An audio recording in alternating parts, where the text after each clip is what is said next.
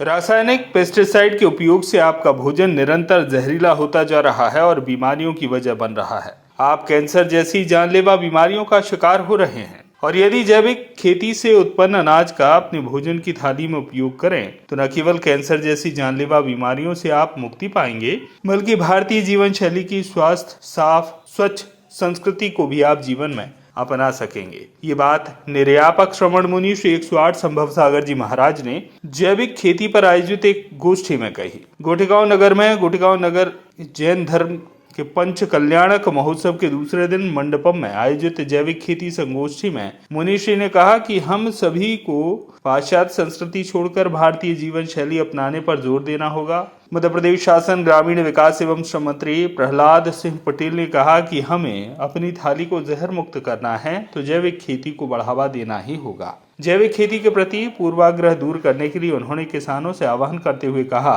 कि आज की जो परिस्थितियां बनी हुई हैं उन पर अब विचार करने की आवश्यकता है। पेस्टिसाइड का उपयोग करके न केवल हम अपनी जमीन को बंजर बना रहे हैं बल्कि लोगों का जीवन भी खतरे में डाल रहे हैं। उन्होंने कहा कि गौ रक्षा का संकल्प गौ सेवा से ही पूरा हो सकता है। जैविक खेती के विशेषज्ञ गोष्ठी में जैविक खेती के विशेषज्ञ राकेश पालीवाल, पूर्व income tax commissioner Madhya Pradesh Chhattisgarh से ने कहा अपनी थाली को जहर मुक्त कर जीवन को नई दिशा दें। उन्होंने जैविक खेती के बारे में विस्तार से बताते हुए कहा कि जैविक खेती से उत्पन्न खाद्यान्न थोड़ा महंगा जरूर पड़ता है, लेकिन आपकी जीवन शैली शुद्ध स्वस्थ होती है। उन्होंने कहा कि जहर से आपके जीवन में होम डिलीवरी हो सकती है, लेकिन अमृत पाने के लिए आपको जैविक खेती के तौर पर खाद्यान्न को अपनाना ही पड़ेगा। इस अवसर पर उन्होंने जैविक खेती करने वाले अनेक किसानों की शंकाओं का समाधान करते हुए उन्हें जैविक खेती के संबंध में उपयोगी सलाह दी। इस अवसर पर मंच पर मुनि संघ के साथ ही पूर्व मंत्री जालम सिंह पटेल, गोटेगांव विधायक महेंद्र नागेश, पूर्व विधायक हाकम सिंह पटेल, चौधरी प्रभास जैन,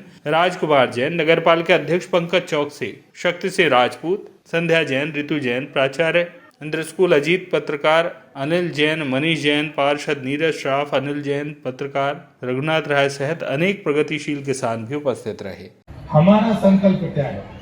उससे सिर्फ दूध ले लेना और उसके बाद में फिर उसको पशु मान लेना। अगर इतना ही संबंध है तो फिर सेवा नहीं हो सकती। मैंने अपने परिवार का उल्लेख किया था। मैं सौभाग्यशाली हूँ कि मैं जिस परिवार में पैदा हुआ वहां पर एक मनुष्य पर 3 गौ माता, मेरी चौथी पीढ़ी है। 4 पीढ़ियों से हम उन बातों को देख रहे हैं। आज तो हमारे घर में जनसंख्या घटी है और एक व्यक्ति पर लगभग 11 गौ माता है। आज जो मेरे घर पर तो भी मैं जब दमोह में था तो मैं अपने बंगले पर रखता था। आज भोपाल में हूँ तो वहाँ रखता हूँ। ये इसलिए कह रहा हूँ कि जब तक आप सेवा के भाव से उसके साथ नहीं जुड़ेंगे आप कोई बड़ा काम नहीं कर सकते। आप विद्यासागर महाराज की जय। यदि आपको अपना दीर्घ जीवन चाहिए है तो हमें जैविक पर आना होगा। सिर्फ मतलब पैदावार अधिक हमारे लिए महत्वपूर्ण नहीं है, और रही बात साल दर साल उसकी जैविक खेती की भी पैदावार बढ़ती है। तीसरे साल में हम जो रासायनिक खादों से उत्पादन करते उतना ही उत्पादन जैविक से होने लगता है, और जैविक हमारे मनुष्य के स्वास्थ्य के लिए बहुत ही लाभदायक है। रासायनिक जितनी भी खादें हैं और कीटनाशक हैं वाले हमारे शरीर के लिए बहुत नुकसानदेह हैं। कैंसर आदि जितनी भी बड़ी बड़ी बीमारियां हैं वह उसी की देन हैं।